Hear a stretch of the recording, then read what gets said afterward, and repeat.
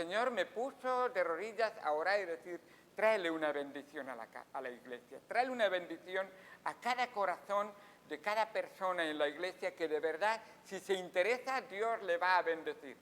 Y me fui al libro de Apocalipsis, y fíjate, empieza Apocalipsis, capítulo número 1, versículo número 3, prometiendo bendición. Y si tenéis Biblia, os voy a llevar ahí y vamos a estar estudiando un poquito de Apocalipsis, aunque por causa del tiempo voy a hacer un poquito de panorama general, ya que veo que no queda mucho tiempo para desarrollar ese caballo que nos toca hoy, porque estamos estudiando ahora mismo los 4 jinetes del Apocalipsis. ¿Os suena eso de algo? Han hecho películas y cosas así, pero aquí hay 4 jinetes del Apocalipsis y que llaman mucho la atención. Así que este libro de Apocalipsis tiene una gran bendición. Dice capítulo 1, versículo 3, bienaventurado el que lee.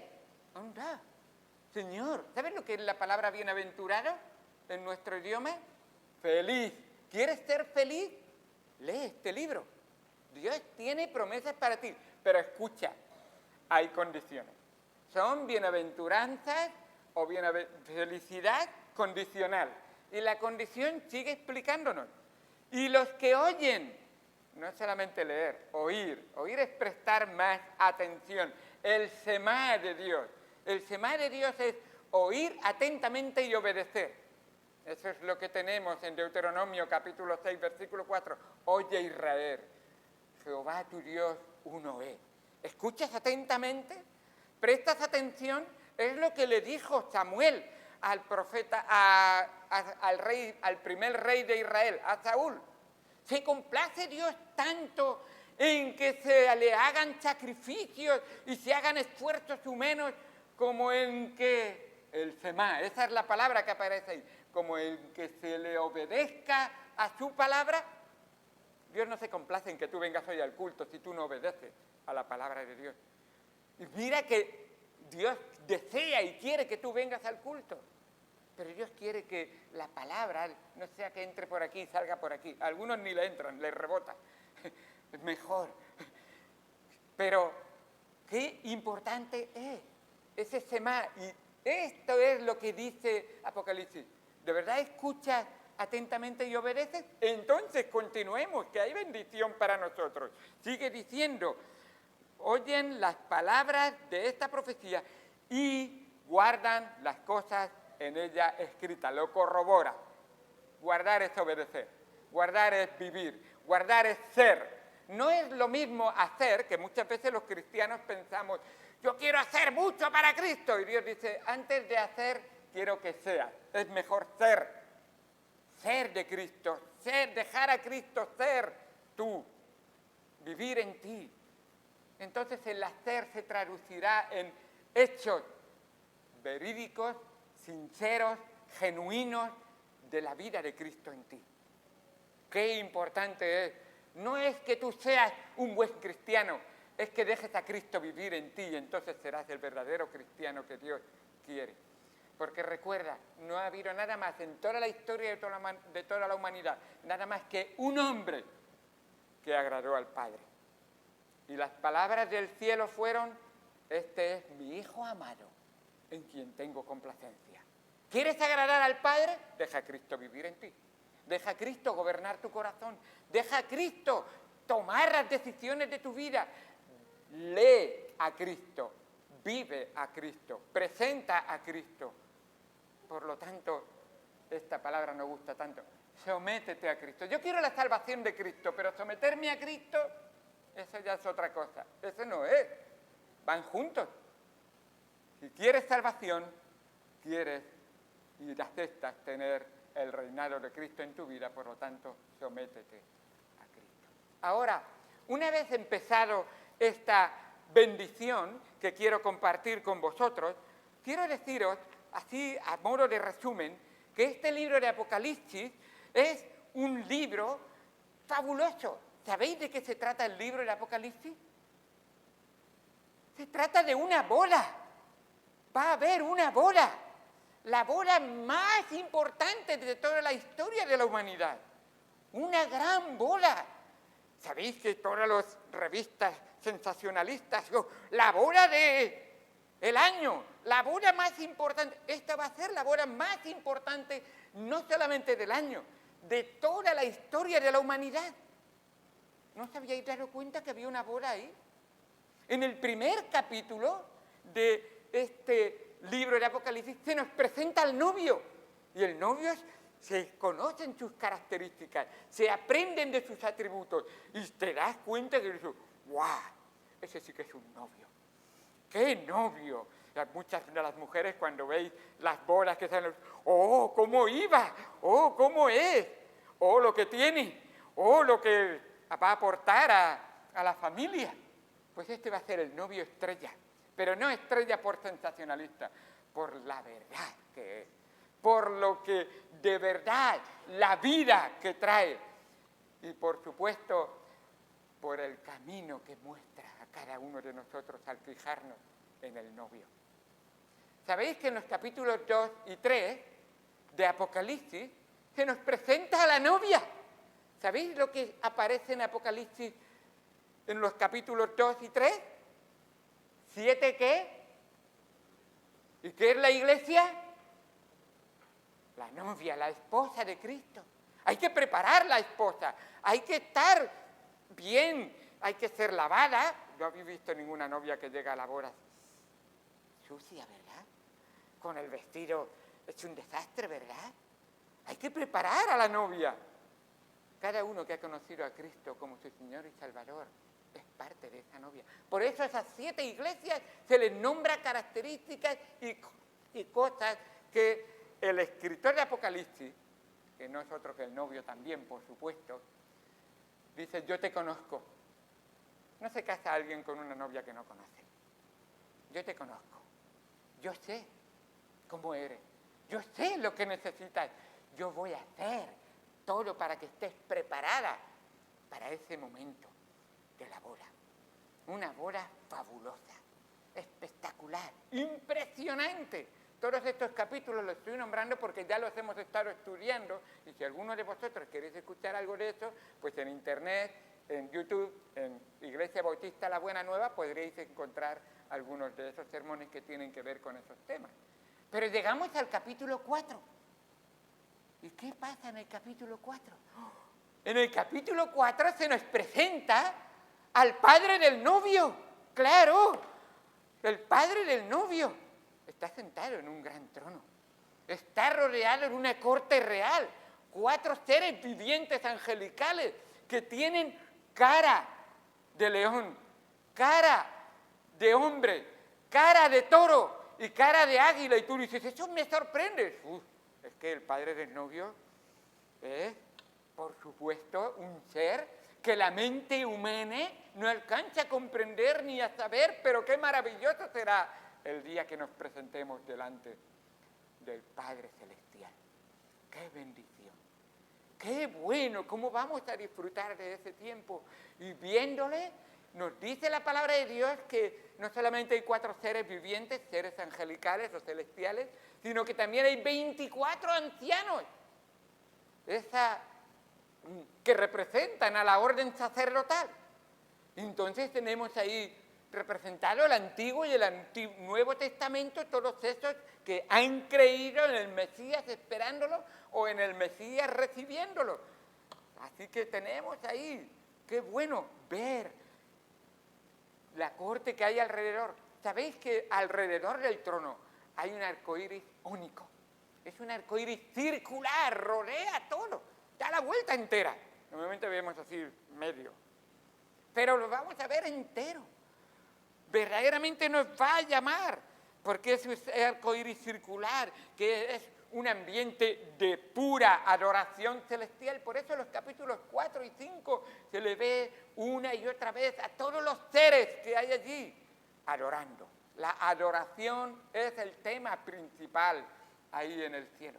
Juan está viendo todo esto y está viendo maravillado las cosas que puedo conocer ya, pero que nos esperan para el futuro. Es maravillosa la vida cristiana y lo que viene por delante para el cristiano, claro. Para el que no es cristiano, duro y difícil, por supuesto. Y vamos a ver algunas de esas cosas. Pero en el capítulo número 5 nos encontramos una anécdota que en medio de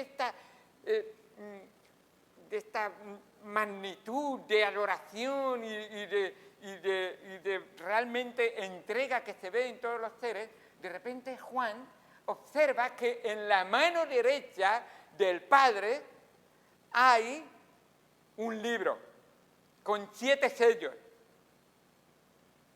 ¿Y qué es el libro de los 7 sellos? ¿Qué representa ese libro? ¿Sabéis cómo se llama? Se llama Ketubá. Y Ketubá, y dices, esas son palabras en hebreo. La Ketubá es el contrato matrimonial, el contrato de escritura. Es el testamento, la escritura. Y lo tiene en la mano derecha y ahí está escrito por dentro y por fuera. Pero resulta que para que ocurra todo lo que está en el contrato y se celebren las bodas del Cordero, hay que abrirlo. Ahora Juan mira a todo lo que hay a su alrededor, mira toda la tierra, mira todo el universo, y no hay nadie digno de abrirlo. ¿Quién podrá abrir el libro, el testamento, el libro que va a hacer justicia, el libro que va a dar la herencia al Hijo del Rey, de Reyes, que también va a ser Rey de Reyes, por supuesto? Y se pone a llorar. ¿Sientes así? Cuando ves que el Evangelio no alcanza los corazones, lloras viendo de que Dios no es reconocido, aceptado y la gente no se entrega al Señor, o vives frío, sin tener en cuenta que el Evangelio no está, primero, haciendo mella en tu corazón, o haciéndote realmente que tú entregues al Señor, y en segundo lugar, ves que tú no estás siendo fiel y la gente no está entregándose al Señor. ¿Lloras? Cristo lloró cuando veía las multitudes, viendo que eran como ovejas sin pastor. ¿Tú tienes pastor? Espero que seas una oveja que obedece y escucha al pastor, que come la comida del pastor, que sigue el camino del pastor, que bebe el agua viva que le da el pastor, que come la comida, que es el pan de vida, que es Cristo. ¡Qué bueno es! Juan está llorando. Necesitamos que alguien abra ese rollo, ese libro. Y uno de los 24 ancianos se acerca y le dice: Juan, no llores. Se ha encontrado uno que es digno. Es el único, pero hay uno que es digno. El león de la tribu de Judá. Él es el que es posible, tiene todo el poder para hacerlo, tiene todo el derecho para hacerlo. Él merece toda la honra y toda la gloria. Y mira al trono. Y sorpresa, no ve un león. ¿Qué pasa? ¿Es él? Sí, pero se presenta como un corderito. Y ve un cordero en 2 piernas que se acerca y coge el rollo. Pero al mirar el cordero, se da cuenta de algo que le llama mucho la atención. Ese cordero que quita el pecado del mundo ha sido inmolado. Y dice: veo un cordero inmolado. ¿Sabéis lo que significa inmolado? Significa que ese cordero está degollado. Y seguramente su lana está en color sangriento. Así está. ¿Por qué? Por ti, por mí. Porque la paga de nuestros pecados es muerte. Y Él voluntariamente vino y se ofreció como cordero. Como cordero fue llevado al matadero. Por tus pecados y por los míos. Como cordero enmudeció y no abrió su boca. Y le golpearon y le maltrataron y le despreciaron. Pero Él, como cordero, voluntariamente se ofreció. Porque sabía que tú y yo no podíamos pagarlo. Pero escucha, por amor a Dios lo hizo. Porque de tal manera amó Dios a ti y a mí, que dio a su Hijo unigénito, para que todo aquel que en Él crea no se pierda, mas tenga vida eterna. Y esta es la gran bendición que tenemos, que Dios decidió, antes de la fundación del mundo, que iba a pagar tu pecado y mi pecado. Y dice la palabra de Dios que Dios Padre no escatimó ni a su propio Hijo, sino que lo entregó por todos nosotros. ¿Sabéis lo que es escatimar? Tú vienes a tu hijo pequeñito y de repente ves que se va a caer y se va a hacer daño y lo voy a coger que no se me caiga. Pues este padre dijo, en esta situación voy a dejar que mi hijo pague por la deuda de todos.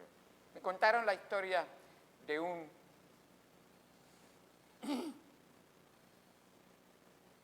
jefe de tren, mejor dicho, de un ferroviario que estaba en el paso de un tren y estaba encargado de desviar las vías del tren para que el tren pasara por un puente. Y un día vino a visitarle su hijo. Y cuando se dio cuenta, su hijo subió al puente para ver el río cómo fluía. Y se encontraba justo en donde estaba el tren. Y el padre miró y vio que llegaba el tren y no sabía qué decisión tomar. Y en ese momento, si él desviaba las vías del tren, el tren caería del puente abajo y morirían todos los pasajeros. Pero si dejaba que el tren siguiera su curso normal, su hijo sería atropellado por el tren. Puso la mano en la palanca. ¡Mi hijo! Y finalmente quitó la mano y agachó la cabeza. Y su hijo murió atropellado por el tren para que toda la gente que iba en el tren se salvara. Estás en el tren de la salvación. El Hijo dio su vida por ti y por mí. El Padre estuvo dispuesto a dejar que su Hijo muriera en la cruz del Calvario. Este es el esposo. Y tú y yo podemos ser esa esposa amada, tan estimada, que el esposo dio su sangre para lavarla, limpiarla, purificarla y preparársela para sí, una esposa que viviera con él eternamente. En el capítulo número 5 vemos que él coge el rollo. Es el único digno.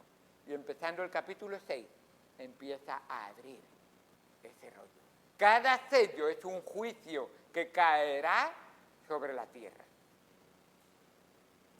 Y cada juicio es una sentencia justa del Dios justo que tú y yo merecemos.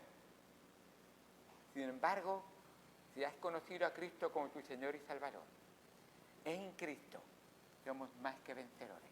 No tenemos nada que temer. Y todo esto ha sido predicado y enseñado por el Señor Jesucristo. Y en Mateo capítulo número 24, por favor, vamos a leer unos versículos con esto, en realidad el capítulo 6 de Apocalipsis, los primeros versículos que hablan de los 4 jinetes. Hemos visto 2, el primer jinete es el anticristo, que ya lo vimos anteriormente. El segundo jinete es realmente que viene la guerra sobre la tierra. El primer jinete viene montado en un caballo blanco, es realmente ese falso Cristo. El segundo jinete viene montado en un caballo bermejo o rojo, es la muerte. El tercer jinete que íbamos a ver hoy y no lo vamos a ver, me ha gustado los testimonios de los jóvenes, así que lo dejaremos para otro momento. El tercer jinete viene montado en un caballo negro y ese caballo negro va a traer el hambre sobre la tierra. Y lo veremos la semana que viene. y veremos lo interesante que es. Pero dice así el Señor Jesucristo estando en el Monte de los Olivos y hablando a la gente que le rodeaba, dice, prepararos porque esto viene. Estos 4 jinetes del Apocalipsis, que son los 4 primeros sellos, recordar, son 4 series, 4 iglesias, 4, en este caso tenemos aquí 7 iglesias, ahora 7 sellos, y luego vamos a tener 7 trompetas y finalmente 7 copas. Vamos a estar viendo. Pero tenemos aquí que el Señor nos dijo, prepararos. Esto es principio de dolores. Todavía falta, pero esto es principio. Dice Mateo 24, versículo 3. Y estando él sentado en el monte de los olivos, los discípulos se le acercaron aparte diciendo, dinos cuándo serán estas cosas y qué señal habrá de tu venida y del fin del siglo. Ese es el tema. El fin del siglo, la venida de Cristo, la tribulación, todos estos acontecimientos que van a venir sobre la tierra. Respondiendo Jesús les dijo, mirad que nadie os engañe. ¿Os acordáis de que el primer jinete era un hombre montado sobre un caballo blanco con un arco y llevaba una corona? Y viene a engañar el anticristo. De ahí dice, mirad que nadie os engañe, porque vendrán muchos en mi nombre, falsos cristos, diciendo yo soy el Cristo, y a muchos engañarán. Segundo jinete, dice que vendrá a quitar la paz de la tierra, viene montado en un caballo bermejo, rojo, y viene a quitar la paz. Si quita la paz, ¿sabes lo que experimentaremos? Ya hay guerra, pero experimentaremos una guerra cual no has visto nunca la tierra. Guerra increíble. Y nos dice, y oiréis de guerras y rumores de guerras. Mirad que no os turbéis, porque es necesario que esto acontezca. Pero aún no es el fin, estamos comenzando solamente. Dice Apocalipsis que una cuarta parte de la gente de la tierra, ¿sabes cuántos somos ahora mismo en la tierra? 8.000 millones de personas. ¿Has visto morir 2.000 millones de personas así en una guerra? Ya ha habido guerras grandes. 20 millones, 50 millones en China, y otros 20 millones en Rusia, cuando 20 millones murieron cuando Hitler, pero 2.000 millones, eso será solamente el principio. Y recordar, todos estos juicios son acumulativos. Empieza el primero y no para, continúa. Empieza el segundo y no para, continúa. Y sigue habiendo más cosas. Después de esto, hambre, nos dijimos, ¿verdad? ¿Os acordáis? Mirad que no os turbéis, porque es necesario que esto acontezca, pero aún no es el fin, porque se levantará nación contra nación, reino contra reino, y habrá pestes y consecuencias de las guerras, muchas muertes, hay pestes, y consecuencias de que no está nadie trabajando porque está en la guerra, no se cultiva, se queman los graneros. ¿Habéis oído últimamente de que hayan quemado graneros y hayan naciones que no tendrán grano porque Ucrania no puede exportarlos? Pues ahí estamos viendo ya señales. No es todavía, porque esto es principio. Dice, sigue diciendo, reino contra reino, y habrá pestes y hambres y terremotos en diferentes lugares, y todo esto será principio de dolores. No vamos a extendernos más. La semana que viene estaremos viendo en el capítulo número 6, pero escuchad, en el 19, desde el capítulo número 6 hasta el 19 no aparece la iglesia. No aparece la iglesia, pero en el capítulo 19 aparece otra vez la iglesia. ¿Qué significa eso? Lo estaremos viendo. Estaremos viendo cosas interesantes. Los hermanos de la Iglesia Bautista La Buena Nueva, tenemos la bendición de poder abrir libremente la palabra de Dios y queremos que libremente el Espíritu Santo nos enseñe, nos redarguya, nos reprenda y nos exhorte conforme a su palabra. La palabra es lo más importante. Recordad, Cristo es la palabra, Cristo es el verbo. Si no ves a Cristo en la Biblia, en la palabra de Dios, no has visto nada realmente que vale la pena vivir en esta tierra. Qué bueno. Gracias a Dios por lo que el Señor nos ha dado. Ya estaremos viendo cosas interesantes de lo que Dios quiere y recordar ahí ese versículo de Juan, capítulo 6, versículo 27. Lo mandé esta mañana, pero supongo que lo explicaremos la semana que viene. Viene el hambre, pero ¿qué va a pasar con los hijos de Dios? Pues Dios nos tiene preparado algo maravilloso antes de que eso acontezca. Si tú antes de que venga el mal has confiado en el Señor, entonces tienes la bendición del Señor y la protección del Señor para cuando venga el problema, el mal y la prueba. Dice en el capítulo 6 de Juan, versículo 27, trabajad, no por la comida que perece, sino por la comida que a vida eterna permanece, la cual el Hijo del Hombre os dará, porque a este señaló Dios el Padre. ¡Qué bendición tenemos! Habrá hambre, pero si tú has comido de Cristo, a Cristo, y Cristo vive y mora en ti, entonces el hambre no será un problema. Porque no solo de pan vivirá el hombre, sino de toda palabra que sale de la boca de Dios. Vamos al Señor en oración. Amado Señor Dios Santo,